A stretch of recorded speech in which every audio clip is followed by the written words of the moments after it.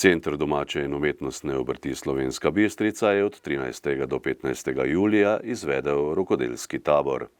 Več o zanimivem dogodku nam je povedala Ljubica Zgonec-Zorko, vodja konzorcija rokodelskih centrov Slovenije. Res nas veseli, da smo lahko preko konzorcija rokodelskih centrov Slovenije z Ministrstvom za gospodarstvo dogovorili te tabore in da jih tudi ministrstvo v celoti financira, tako da so za udeležence brezplačni in upamo, da bo to praksa tudi v naslednjih letih in da bomo s temi tabori nadaljevali, ker so res zelo odmevni.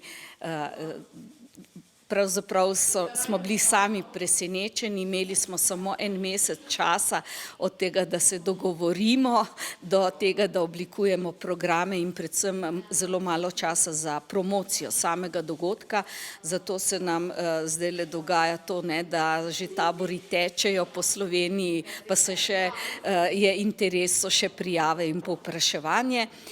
Je pa v bistvu to zdaj ta prvi korak, bom rekla, k temu, da se tudi rokodelstvo najde svojo vlogo in pokaže vse svoje potenciale v tej družbi.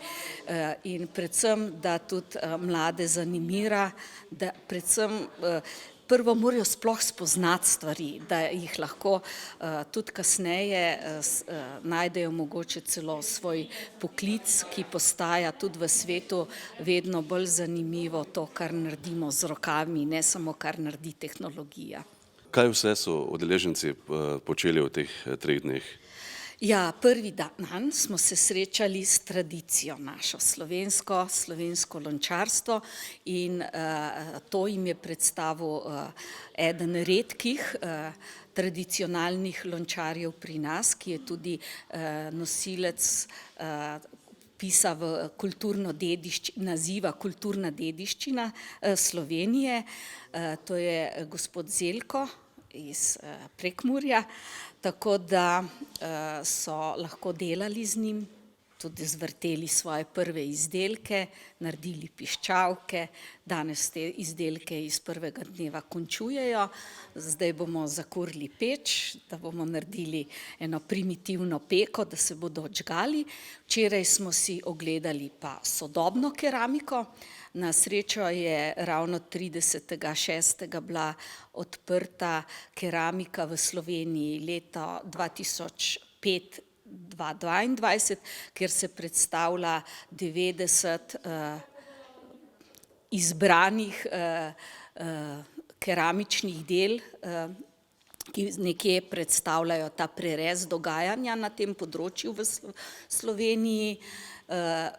In med drugim je ena od razstav tudi v Prešernovi hiši, tako da smo si ogledali tudi Prešernovo razstavo in spoznali še našega pesnika, kraj, v katerem je bival v Kranju. Potem je bila pa zelo zanimivo srečanje, kjer smo se srečali s zelo priznanimi mednarodno uveljavljenimi keramiki, tudi profesorji keramike na različnih univerzah iz Turčije, Grčije, iz vseh koncev v bistvu Evrope, ki so se zadnji dan družili na 17. mednarodnem simpoziju sodobne keramike v Šenčurju. Tam so se lahko srečali, to je atelje, ki ga vodita Barba in Niko Zupan, in so se lahko srečali res, kako poteka eno delo v ateljeju, kako ustvarjajo, in je bilo eno zelo prijetno srečanje prvega tabora pa njihovega 17. Glede na povedano, glede na izjemno zanimanje, boste torej prihodnje leto ta tabor še nekoliko razširili? Ja, vsekakor upamo, da bo tudi zdaj bomo tudi v okviru vseh 7 taborov, ki po Sloveniji potekajo, pripravili zaključno poročilo za ministrstvo in tudi nabor predlogov za to, da bi s tem nadaljevali, pa mogoče tudi po 2 naredili, ker skupine so res omejene, ker če želimo kvalitetno delati in res pokazati mladim to, da doživijo, več kot 10 nismo mogli jih sprejeti, tudi drugje so omejene skupine, lahko pa recimo naredimo 2-3 tabore, če bo potrebno. Tudi udeleženci ob koncu tabora niso skrivali zadovoljstva. Kot hčerka in vnukinja od Lončarke sem se pridružila taboru, ker me je zanimalo, ker že od malega lončarim tudi zaradi družine. Prvi dan smo delali izdelke, tukaj smo se menjavali v 2 skupinah, smo bili na Vretenu, potem je bila ena skupina tukaj in delala ročno, potem drugi dan smo se odpravili v Kranj. V Kranju smo šli na različne razstave, šli smo tudi v Prešernovo hišo. Potem gledali smo različne umetnostne dele, gledali smo dela z glazuro, gledali smo porcelan.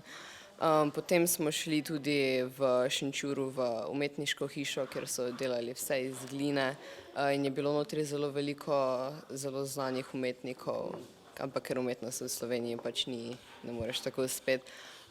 In so delali tudi z zlatom, so na porcelan barvali, pa dobili smo tudi knjigo umetniško od enega zelo dobrega slikarja in umetnika, ki smo ga lahko tam spoznali. Danes bomo pa odžgali različne izdelke, pa jih še oblikujemo. Naredil sem te 2 vazi, pač krožnika. Kako ti je všeč? Zelo, kar.